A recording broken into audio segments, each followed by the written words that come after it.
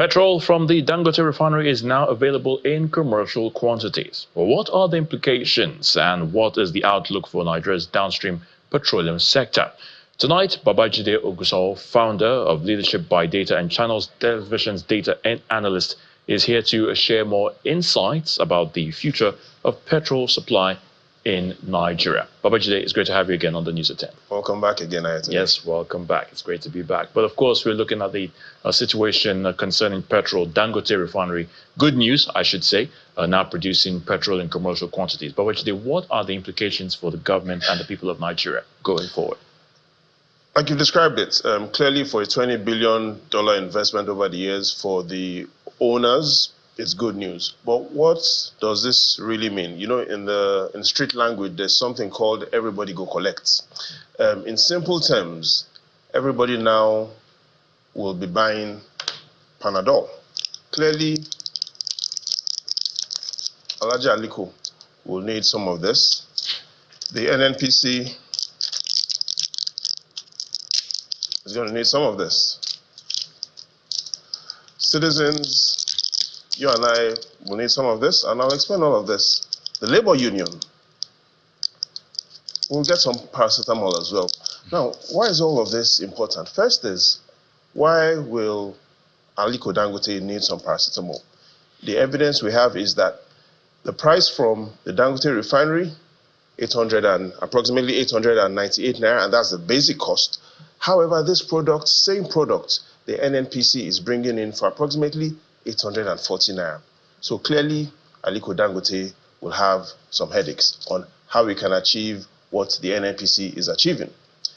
The citizens will have some headache because the price of petrol is not about to go down. The labor union will have some headaches.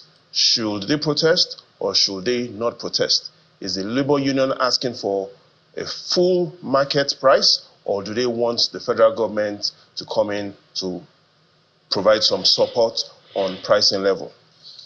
Analysts clearly also are having some headache, looking at the sort of billions potentially that this refinery will be going into the pockets of Aliko Dangote. But finally, Ayotunde, perhaps the greatest headache and most paracetamol will be used by the federal government. And why do I say so? By this time next year, the electoral calendar will be up. And if we take a look at where the sort of numbers the president had in the last election vis-a-vis the sort of price petrol has changed since he came in, you'll be stunned. Here's what I mean. Looking at where we started from last week. In the North Central region, looking at since when the president came in, price of petrol has increased by 258%. Don't forget how today the president only scored 39% of the votes in the North Central. Look at the Northwest. Northwest petrol price has grown by, based on the National Bureau of Statistics, 220%. Again, in the Northwest, where you have a lot of votes, the president only had 40% of the total votes. Look at the Southeast. Petrol price has increased by 207%. The president only had 6% of the votes in the Southeast. And in the South-South, petrol price has increased by 185%. In the last election, the president only had 28% of the votes in the South-South. So you clearly understand the sort of headaches that, yes, the federal government will be having, especially the president, on what should be done to petrol pricing. Should these prices be allowed to keep skyrocketing? Will Aliko Dangote really be able to provide any help to lower this price? The information we currently have shows that the NNPC might most likely be landing this product at a significantly lower price. So the question is, it's good news looking at the journey so far, but at whose cost, Ayotunde?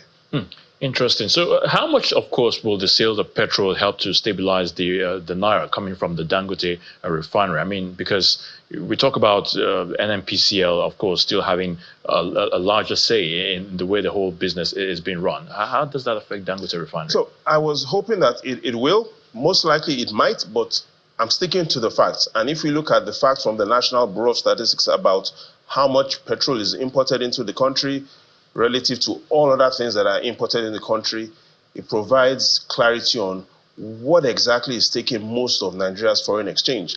And if you take a look at Nigeria's trade, looking at how much have we imported since the president April last year to date, June 2024, total imports into Nigeria, Ayotunde, 53.4 trillion. Manufactured goods, based on the evidence from the National Bureau of Statistics, manufactured goods accounts for more than half of everything that comes into Nigeria. Petrol, oil, energy goods, just about 30%, and then we have raw materials, agriculture. So clearly, if we want to stabilize the Naira, looking at petrol imports is just one little way to look at it. The real challenge we face is that majority of our imported goods isn't petrol, it is manufactured goods. So one of the things that the president needs to really be thinking about next is, how do you want to make Nigeria a manufacturing hub? An industrialized nation. And clearly, what will be our leverage? So what is going to give us an advantage? We clearly can't manufacture everything. So what will be our comparative advantage in areas of manufacture? We need to really take that seriously if we want to manage and stabilize the Naira. And again, it depends on what our focus is. Do we have a plan to strengthen the Naira, or do we have a deliberate plan to weaken the Naira because of the benefits that may come from it? We're really not clear on what direction the government wants to go. Another interesting thing I would like to point out to you, Babajide, of course, that Dangote Refinery, there's talk perhaps it's receiving crude oil locally. Is there any evidence about that? We've done a lot of research into that, and the evidence shows that, yes, in recent months, the NNPC, yes, has been giving the refinery crude oil. And if you take a look at some of the numbers shows that Dangote has been loading crude oil, is being allocated crude oil. The challenge he probably has is he has a refinery of 650,000 barrels per day. The crude oil that is getting from the NNPC so far, we're looking at, if you look at, depending on the period you look at some points it's been 150,000, 160,000, 170,000. Potentially will be going as high as in excess of 300,000 barrels per day on an average from October. However, the challenge is, will Dangote as well, will he not be importing? And the evidence we have is, if he's going to have to want to optimize his refinery's capacity, then it's also likely that even the refinery will keep importing petroleum products. But the challenge now is, and that's of course that leads to the last question I was going to ask you, as we round off very quickly. What are the implications as far as pricing is concerned? What is clear is the prices are not about to go down. We clearly see now that is that a fact? The prices are not about to go down? Prices are not about to go down. That is the fact. That is the fact. If at all, prices may likely go up. So if it's on a probability. But looking at what exactly will the fuel queues be gone, the top three factors that will now determine Nigeria's fuel supply will be: keep an eye on the Naira-dollar exchange rate, look at how much purchase volumes will the Dangote Refinery be able to give the NNPC. If the NNPC chooses to stop importing, can we get stable volumes, or will the fuel queues return? And finally, what will the Minister of Petroleum Resources, President Bola Tinubu, what exactly is his vision for Nigerian consumers? All right, we'll leave it at that. Babajide Ogunsanwo, thank you so much for your thoughts on the news at 10. It's a pleasure. Don't forget to take your paracetamol, because you surely will need it. We definitely will need it.